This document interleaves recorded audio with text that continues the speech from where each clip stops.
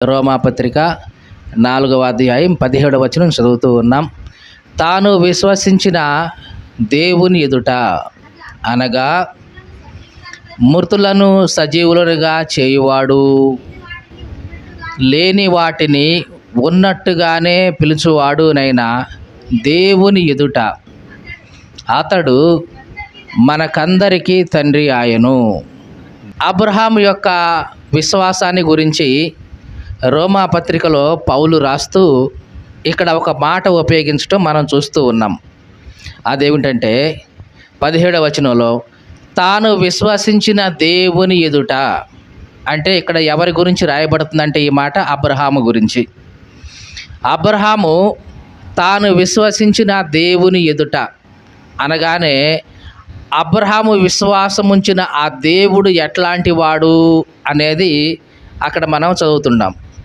తాను విశ్వసించిన దేవుని ఎదుట అనగా, చదవండి, అనగా మృతులను సజీవులనుగా చేసేవాడు, లేని వాటిని ఉన్నట్టుగానే పిలిచేవాడు అయిన దేవుని ఎదుట. ఎట్లాంటి దేవుని ఎదుట అని చెప్తున్నాడు. దేవుని గురించి ఇక్కడ 2 విశేషమైన వాక్యాలని పౌలు అబ్రహాము యొక్క మనసులో ఉన్న 2 విషయాలను చెప్తున్నాడు. అంటే అబ్రహాముకి మనసులో దేవుని గురించి ఒక 2 అభిప్రాయాలు ఉన్నాయంట. ఎటువంటిది? మొదటి అభిప్రాయం ఏంటిదంటే, మృతులను సజీవులుగా చేయగలిగిన నా దేవుడు. జాగ్రత్తగా చూడండి. చాలాసార్లు మనం కూడా విశ్వాసులుగా చెప్పుకుంటాం, కానీ దేవుని గురించిన మనకి ఎట్లాంటి ఒక మంచి అభిప్రాయం అసలు ఉండదు. చాలామంది ఎట్లా ఉంటారంటే, కేవలం ప్రార్థన చేసే వాళ్ళుగా, క్రైస్తవులుగా మాత్రమే పిలువబడుతూ ఉంటారు. నిజానికి వాళ్ళ జీవితంలో క్రైస్తవ్యాన్ని గురించిన లక్షణాలు కానీ, క్రీస్తుని గురించిన ఆ మంచి ఆలోచనలు కానీ ఎక్కడా ఉండవు. ఇది ఎట్లాంటిదంటే, లోకంలో మనం చెప్తాం కదా, నేతి బీరకాయ లాంటిది. ఎట్లాంటిది? పేరుకి మాత్రమే నేతి బీరకాయ. మరి నేతి బీరకాయ అంటే దాంట్లో ఏం కొనపడాలి? నెయ్యి ఉంటుందా అసలు? మరి ఉండని దానికి ఆ పేరు ఎందుకు మరి?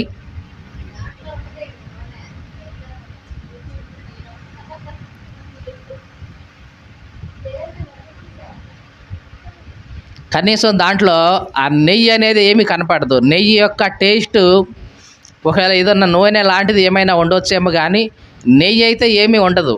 ఆ నెయ్యి యొక్క స్మెల్ కానీ అట్లాంటిది ఏమీ రాదు. కానీ దానికి మాత్రం పేరేమిస్తాం? నేతి బీరకాయని ఇచ్చేస్తాం. ఇట్లాగా లోకంలో మనకి చాలా ఉన్నాయి. పేరు ఉంటుంది కానీ దానికి తగినది ఏమి ఉండదు. ఇంకోటి మైసూర్ బజ్జీ అంటారు, దాంట్లో మైసూర్ ఏమి ఉండదు కదా. ఇట్లాగా పేరైతే ఉంటుంది, కానీ ఆ పేరుకు తగినట్లుగా దాని లోపల ఏమీ ఉండదు. అలాగే ఈ దినాల్లో క్రైస్తవులైన వాళ్ళు ఎట్లా ఉన్నారంటే, కేవలం నేతి బీరకాయ క్రైస్తవ్యం లాంటిదే. అంటే పేరుకు మాత్రమే క్రైస్తవులు, ప్రవర్తనలో కానీ వ్యక్తిగత జీవితంలో కానీ క్రీస్తు లేడు. సాధు సుందర్ సింగ్ గారు ఒక బుక్ రాశాడు. అది ఎటువంటిదంటే, క్రీస్తుని కలిగిన క్రైస్తవులు, క్రీస్తు లేని క్రైస్తవులని ఒక హెడ్డింగ్తో బుక్ రాశాడు. ఏమిటంటే ఆ హెడ్డింగు, క్రీస్తును కలిగిన క్రైస్తవులు, క్రీస్తు లేని క్రైస్తవులు. ఇదేంటి? క్రైస్తవులు అంటే అసలు ఎవరైనా క్రీస్తుని కలిగి ఉండేవాళ్ళు కదా. కానీ ఆయన రాసిన ఆ పుస్తకంలో క్రీస్తుని కలిగిన వాళ్ళు ఇదిగో ఎట్లా ఉంటారు, క్రీస్తుని కలిగి లేకుండా ఉన్న వాళ్ళు ఇదిగో ఎట్లా ఉంటారు అని క్రీస్తును కలిగిన క్రైస్తవులు, క్రీస్తు లేని క్రైస్తవులు అని వర్గాలుగా విభజించి రాశాడు.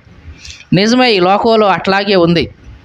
పేరుకు మాత్రమే క్రైస్తవులం, కానీ క్రీస్తుని గురించిన ఒక మంచి ఆలోచన కానీ, దేవుడు అనే ఒక మంచి భావన కానీ చాలామంది హృదయాల్లో ఉండట్లా. పేరుకు మాత్రం ఆదివారం ఎప్పటిలాగానే ప్రార్థనకు పోతాం. చక్కగా కొంతమంది అయితే తెల్ల చీరలే కట్టుకుంటారు. ఎట్లాంటివి? ఇది విమర్శించాలన్న ఉద్దేశంతో కాదు. తెల్ల చీరలే కట్టుకుంటాం, మంచిదే. కానీ అట్లాంటి రంగు మనసులో ఉంటుందా అంటే ఉండదు. తెలుపు దేనికి సూచన? శాంతికి, పరిశుద్ధతకు సూచన. కానీ అట్లాంటి శాంతి, అట్లాంటి పరిశుద్ధత హృదయంలో ఉంటుందా అంటే ఉండదు. ఈ మాటలు నేను చెప్పడమే కాదు, యేసుక్రీస్తే పరిసయ్యుల గురించి, శాస్త్రుల గురించి ఒకసారి మాట్లాడుతూ మీరు సున్నం కొట్టిన సమాధులు లాంటి వాళ్ళు అని చెప్పాడు. ఎట్లాంటి వాళ్ళు అంట? సున్నం కొట్టిన సమాధులు లాంటి వాళ్ళు. పైకి ఎట్లా కనపడతాయంట?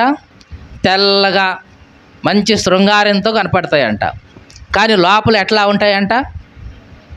చెప్పండి. సమాధులను పగలగొట్టి చూస్తే లోపల ఏముంటుంది? అన్నీ కుళ్ళిపోయిన ఎముకలు. ఇంకా ఈ కొత్త కట్టిన సమాధి అయితే ఆ కంపు కూడా వస్తుంది.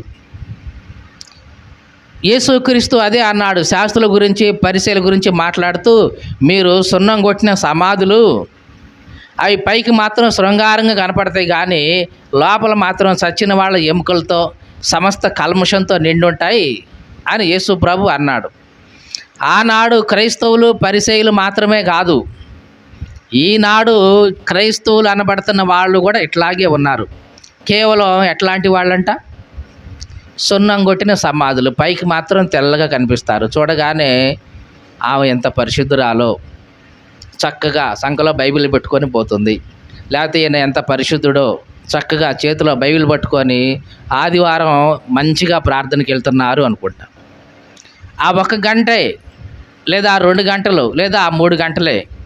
తర్వాత మళ్ళీ యథావిధి మళ్ళీ లోకంలో ఉన్న వాళ్ళకి, క్రైస్తవులు అనుకుంటున్న వాళ్ళకి తేడా ఏమీ కనపడదు. కనపడదండి, అస్సలు కనపడదు. వాళ్ళు ఏది చేస్తారు, వీళ్ళు అదే చేస్తారు. వాళ్ళు ఎట్లా మాట్లాడతారు, వీళ్ళు అట్లాగే మాట్లాడతారు. డిటో 2 యాజ్ ఇట్ ఈస్గా దిగుతాయి అన్నమాట. మరి తేడా ఎక్కడంటే వాళ్ళు ఆదివారం ప్రార్థనకు వారు, వీళ్ళు పోతారు, అంతే తేడా. ఇక మిగతా అంతా కూడా సేమ్ టు సేమ్ ఉంటుంది. ఇదంతా ఈనాడు ఉంటుంది కాదండి, ఇప్పటిది కాదు. ఇది యేసుక్రీస్తు కాలం నుంచి జరుగుతూనే వస్తుంది. కేవలం సాంప్రదాయమైన భక్తి. ఎట్లాంటి భక్తి అంటాం ఇది? సాంప్రదాయకమైన భక్తి. మన పెద్దోళ్ళు చేశారు కాబట్టి మనం కూడా చేయాలి. వాళ్ళు ప్రార్థనకు పోయారు కాబట్టి మనం కూడా ప్రార్థన పోవాలి. వాళ్ళు చర్చికి పోతున్నారు కాబట్టి మనం కూడా చర్చికి పోవాలి. పోకపోతే చుట్టూ ఉన్న వాళ్ళు ఏమైనా అనుకుంటారు. ఇట్లా చుట్టూ ఉన్న వాళ్ళ కోసమో, ఇంకెవరి కోసమో కాసేపు పోయి మందిరంలో ఉంటున్నాము తప్ప, నిజంగా ఈ దేవుడు నా కోసం ప్రాణం పెట్టాడు, నేను ఆయన సన్నిధిలో గడపాలి అనే ఉద్దేశంతో పోయేవాళ్ళు 10లో 100లో కనీసం 1% ఉంటారండి. మీకు అర్థమైందా? 100లో ఎంతమంది? ఒక్కళ్ళు ఉంటారు. అంటే 100 మంది పోతే కనుక అక్కడ కరెక్ట్గా దేవుని కోసం పోయే వాళ్ళు ఎంతమంది ఉంటారు? ఒక్కళ్ళే ఉంటారు. పరలోకం పోయేది కూడా ఆ ఒక్కళ్ళే పోతారు. మీకు అర్థమైందండి? పరలోకం కూడా ఎవరు పోతారంటే ఆ ఒక్కళ్ళే పోతారు. మరి మిగతా 99 సంగతి ఏంటండి? వాళ్ళు నిజంగా దేవుడి మీద భక్తితో కాదు, దేవుడి మీద ప్రేమతో కాదు, అందరూ పోతున్నారు కాబట్టి మనం పోతాం. అందరూ పోకపోతే ఏమన్నా అనుకుంటారేమో అని పోతాం.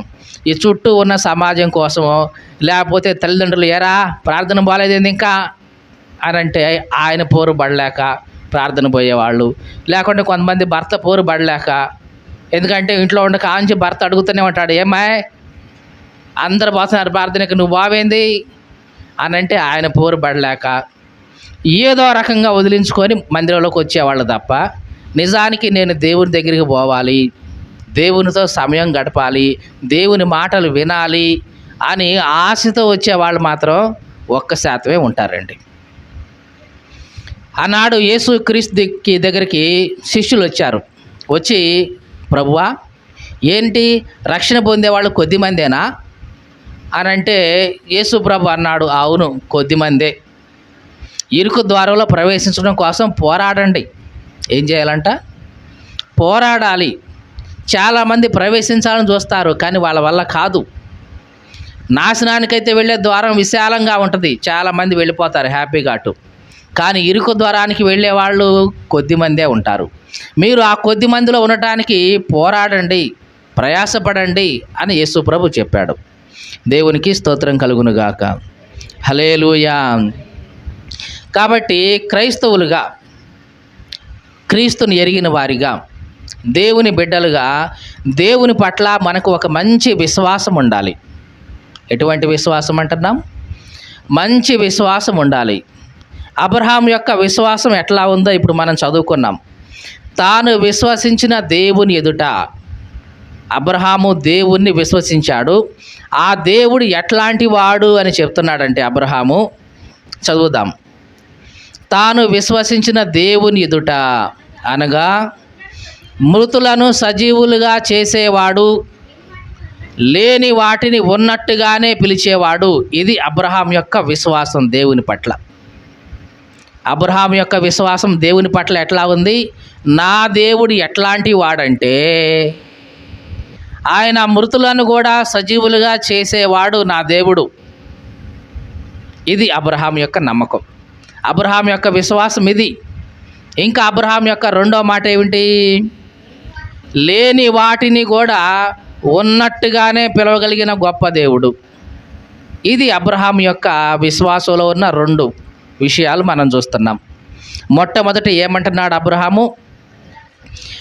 మృతులను సజీవులుగా చేసే దేవుడు నా దేవుడు. ఇది అబ్రహాము యొక్క నమ్మకం. మృతులను కూడా చెప్పండి అంటే చచ్చిపోయిన వాళ్ళను కూడా బ్రతికించగలిగిన దేవుడు నా దేవుడు. ఇది అబ్రహాం యొక్క నమ్మకం, అబ్రహాం యొక్క విశ్వాసం. కేవలం విశ్వాసం లాగానే లేదు, అది క్రియారూపంలో కూడా చూపించాడు.